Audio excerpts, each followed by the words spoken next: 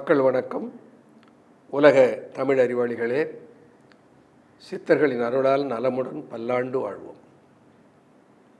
மக்கள் தொலைக்காட்சியில் புத்தம்புது காலை என்கின்ற நிகழ்ச்சியிலே நீண்ட ஆயுளோடு ஆரோக்கியத்தோடு வாழ்வதற்கு சித்தர்கள் என்ன சொல்லியிருக்கிறார்கள், அதை பற்றி நாம் தொடர்ந்து பார்க்க இருக்கிறோம். தேரையர் என்ற ஒரு சித்தன் நோய் அணுகா விதி என்று பல பாடல்களை எழுதியிருக்கிறார். நோய் அணுகாமல் இருந்தாலே இந்த உடல் நலிவுறாது. நோய் அணுகாமல் இருப்பதற்கு என்ன விதி சட்டம் போட்டிருக்க, நோய் அணுகாமல் இருப்பதற்கு என்ன செய்ய வேண்டும் என்பதை பற்றி தேரையர் பல கருத்துக்களை சொல்லிக்கொண்டே போகிறார். அவைகளை கடைபிடித்தாலே நிச்சயமாக ஆரோக்கியமாக நெடுநாளைக்கு வாழ முடியும். அதற்கு நான் உத்தரவாதம் அளிக்க முடியும். நெடுநாள் வாழறதுக்கு அது என்ன மாத்திரைங்க, அதை கொடுங்க, நான் வாங்கி சாப்பிட்டுக்கிறேன், எவ்வளோ கோடி இருந்தாலும் பரவாயில்ல, கொடுத்து வாங்கி முழுங்கிடுறேன். இப்படிப்பட்ட சிந்தனை நம்முடைய மனசில் துரதிருஷ்டவசமாக பதிந்து விட்டது. எதுக்கு எடுத்தாலும் மருந்து சாப்பிட்றது. சித்தனுடைய சிந்தனை என்ன? ஏழை எளியவன் என்று இல்லாமல், பெரிய பணக்காரன் செல்வந்தன் என்பது இல்லாமல், படித்தவன் படிக்காதவன் என்று இல்லாமல், எல்லோரும் தனக்கு விதிக்கப்பட்ட ஆயுள் முழுதையும் வாழ்வதற்கு வழி சொன்னவர்கள் தான் சித்தர்கள். வசதி படைத்தவனுக்கு மட்டும் அவர்கள் வழி சொல்லவில்லை. அப்படி எல்லோரும் நீண்ட ஆயுளோடு வாழ்வதற்கு, எல்லோரும் ஆரோக்கியத்தோடு வாழ்வதற்கு தேரையர் அவருடைய புத்தகத்தில் பல வழிமுறைகளை சொல்லியிருக்கிறார்.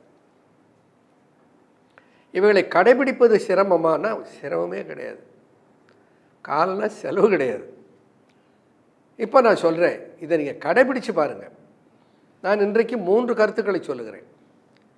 அதை கடைபிடிச்சு பாருங்கள். அதிக நாள் இல்லை, ஒரு 5 இருந்து அதிகபட்சம் 10 நாள், 5 நாள் கடைபிடிச்சிங்கனாலே அப்புறம் நீங்கள் அதை விட மாட்டீங்க. ஏன்னா அதனுடைய பலனை கண்டுபிடிச்சிடுவீங்க. நான் சொல்ல போகிற செய்தியெல்லாம் உங்களுக்கு அன்றாட வாழ்க்கையில் ஏற்பட்டு கொண்டிருக்கிற செய்திகள் தான். ஆனால் என்ன கொடுமைன்னா, இதை நாம் யாருமே கவனிக்கலை. நான் சொன்னதுக்கப்புறம் கவனித்து பார்த்தீங்கன்னா, ஆமாம் இதெல்லாம் உண்மை தான், ஐயோ இதெல்லாம் தெரியாமல் இருந்துட்டு இவ்வளோ காலம் போயிடுது என்று நாமே நினைப்போம். அப்போ இந்த செய்திகளை சித்தர்கள் சொல்லியிருக்கிறார்கள் என்பதை உலகுக்கு சொல்ல வேண்டும் அல்லவா? அதற்காக இதை நான் சொல்லுகிறேன். எல்லோரும் கடைபிடிப்பார்களா? நிச்சயமாக கடைபிடிக்க மாட்டார்கள். ஏன்னா இதற்கு செலவு செய்ய வேண்டியது நேரம், பணம் இல்லை. எல்லாரும் எவ்வளவு பணம் வேணாலும் செலவு பண்ண தயாராக இருக்கும், நேரம் செலவு பண்ண தயாராக இல்லை. இதற்கு தேவை நேரம். அப்போது சித்தர்கள் என்ன சொன்னால் நோய் இல்லாமல் ஆரோக்கியமாக வாழ முடியும் என்று சொல்லியிருக்கிறார்கள். ஒன்று எடுத்துக்கொள்ளும். இப்போ முதல்ல ஒரு நெறி. என்ன ஒரு நெறி? திருவள்ளுவர் மருந்து என்று ஒரு அதிகாரத்தை அமைத்தார். அதிகாரத்துக்கு பேர் மருந்து. ஆனால் அதில் அவர் என்ன எழுதுகிறார்? மருந்து என வேண்டாவாம். யாராவது துணி கடை வச்சுட்டு துணி வாங்க வேணான்னு சொல்லுவாங்களா? யாராவது பலசர கடை வச்சுட்டு மளிகை சாமான் வாங்காதீங்கன்னு சொல்லுவார்களா? திருவள்ளுவர் தான் சொல்கிறார் தைரியமாக. அதிகாரம் மருந்து. அவர் என்ன சொல்கிறார்? மருந்துன்னு ஒன்று வேணாங்கிறார். மருந்து என யாக்கைக்கு வேண்டாவாம். யாக்கைனா உடம்பு. இந்த உடம்புக்கு மருந்துன்னு ஒன்று தேவையே இல்லை. அப்போ எப்போ தேவையே இல்லை, நம்ம அப்படின்னா எவ்வளோ சந்தோஷப்படுவோம். எதுக்கு எடுத்தாலும் மருந்துன்னு அலையிறோம். மருத்துவத்துக்கே பாதி சம்பளம் போயிடுதுன்னா வேதனைப்பட்டுக்கிட்டு இருக்கோமே.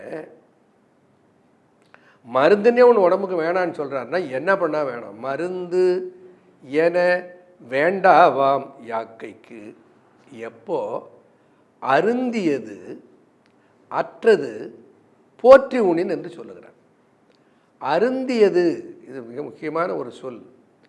வள்ளுவனை விட ஒரு தமிழ் இலக்கியத்தில் வல்லமை பெற்ற ஒரு புலவனை, வள்ளுவனை, கம்பனை, இளங்கோவை எல்லாம் ஒப்பிட்டு பாரதி பாடுவார்.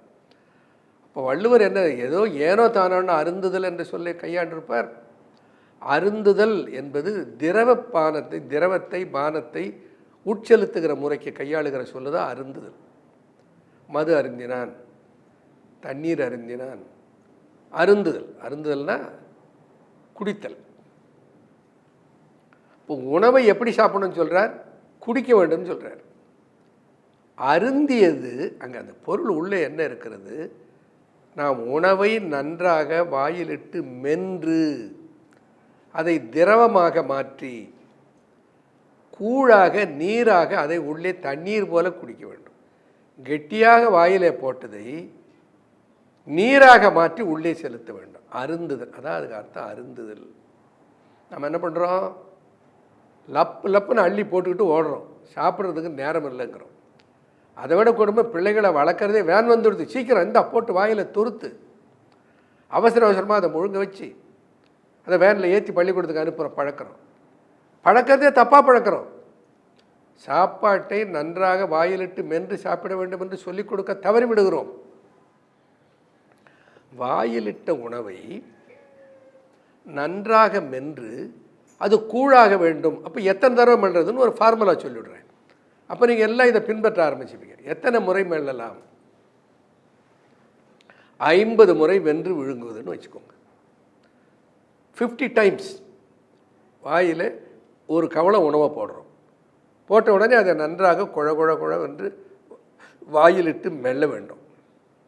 நாம் என்ன பண்ணுறோம், கன்வேயர் பெல்ட் மாதிரி வாயில் போட்டு தள்ளிக்கிட்டே இருக்கும். பாதி குழ குழன்னு, பாதி மென்னது, பாதி மேகாது, பாதி மென்று கூழானது, பாதி அப்படியே. இன்னும் சில பேர் சொல்லுவார்கள். இதை தொடர்ந்து பார்க்கலாம். நன்றி, வணக்கம்.